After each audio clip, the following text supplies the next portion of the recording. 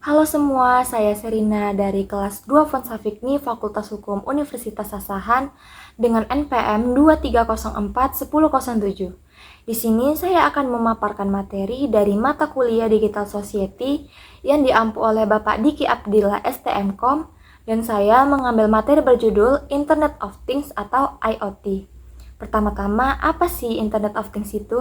Nah, Internet of Things atau IoT merupakan suatu konsep yang bertujuan untuk memperluas manfaat dari konektivitas internet yang berjalan secara terus-menerus.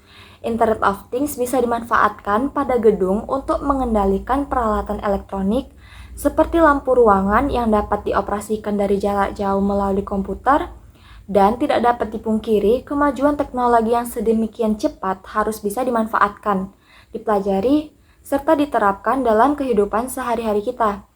Lalu, apa sih pentingnya penerapan teknologi Internet of Things itu?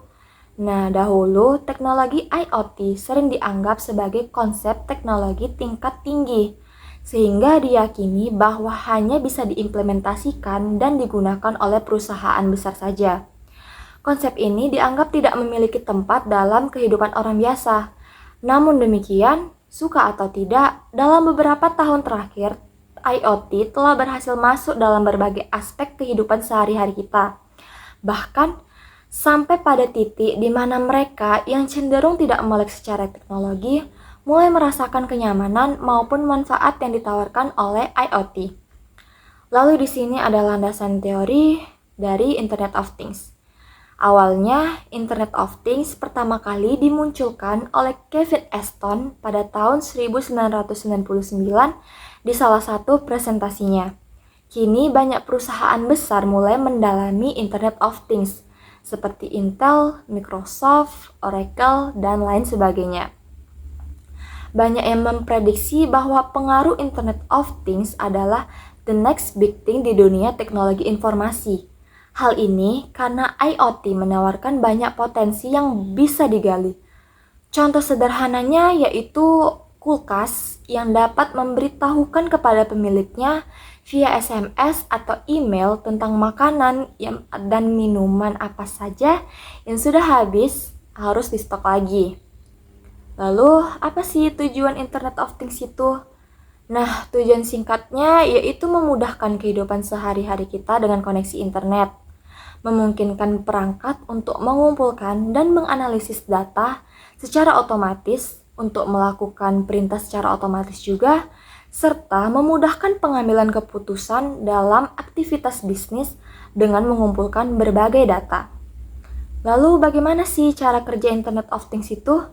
Nah, konsep IoT ini sebetulnya cukup sederhana, dengan cara kerja mengacu pada 3 elemen utama pada arsitektur IoT, yaitu barang fisik yang dilengkapi modul IoT, perangkat koneksi ke internet seperti modem, dan rotary relay PD seperti di rumah-rumah kita, dan cloud data center yaitu tempat untuk menyimpan aplikasi beserta database. Internet of Things, cara kerjanya juga bisa dengan memanfaatkan sebuah argumentasi pemrograman yang dimana tiap-tiap perintah argumennya itu menghasilkan sebuah interaksi antar sesama mesin yang terhubung secara otomatis tanpa campur tangan manusia dan dalam jarak berapapun.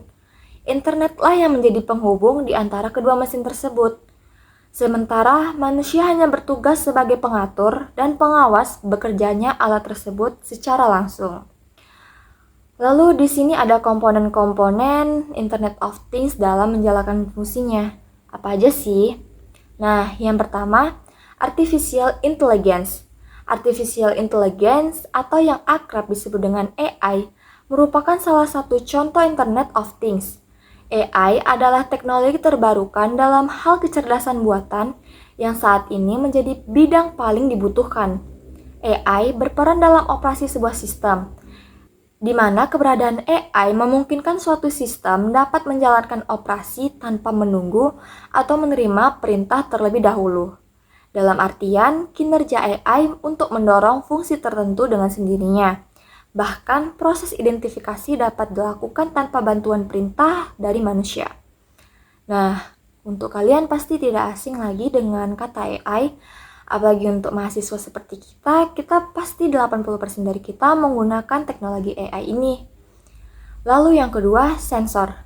Sensor memiliki peranan yang sangat penting. Mereka diciptakan untuk menunjang kinerja sistem Internet of Things sehingga dapat bekerja secara optimal. Secara garis besar, sensor adalah alat yang dapat digunakan untuk mendeteksi sesuatu. Objek yang dapat dideteksi dapat berupa suhu, cahaya, kecepatan, jarak, suara, bahkan dapat mengukur besaran sesuatu. Nah, kalau sensor ini kemungkinan kita temukan di kantor-kantor atau bahkan di kampus kita pasti ada sensor. Bahkan di HP kita saja ada sensor sidik jari. Nah, yang ketiga, konektivitas. Sensor saja tidak cukup untuk menjalankan program Internet of Things dalam kehidupan sehari-hari kita. Selebihnya, dibutuhkan koneksi antar bidang-bidang tertentu untuk menghasilkan kinerja yang lebih efektif dan efisien dalam suatu jaringan.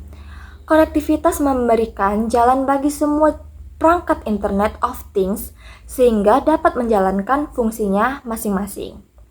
Lalu yang keempat ada perangkat. Perangkat sistem Internet of Things dalam kehidupan sehari-hari berbeda dengan perangkat pada umumnya. Perangkat yang dibutuhkan setidaknya minim akan dimensi namun memiliki efisiensi dan produktivitas yang besar. Sehingga dalam hal ini, Internet of Things mampu bekerja secara maksimal tanpa dibatasi kapasitas ruang. Lalu, apa saja sih Internet of Things dalam kehidupan sehari-hari kita? Ada banyak bidang-bidang Internet of Things dalam kehidupan sehari-hari kita, baik yang sudah berjalan maupun yang masih dalam tahap pengembangan atau perencanaan. Contohnya seperti sistem e-tilang, Jakarta One Card, Surabaya Bus, tempat sampah pintar, sambungan listrik pintar, Smart Helmet Visit, Smart Home, dan rambu lalu lintas. Nah, sekian video pemaparan materi Internet of Things atau IoT dari saya. Semoga kalian yang menontonnya dapat menerapkannya dalam kehidupan sehari-hari kalian.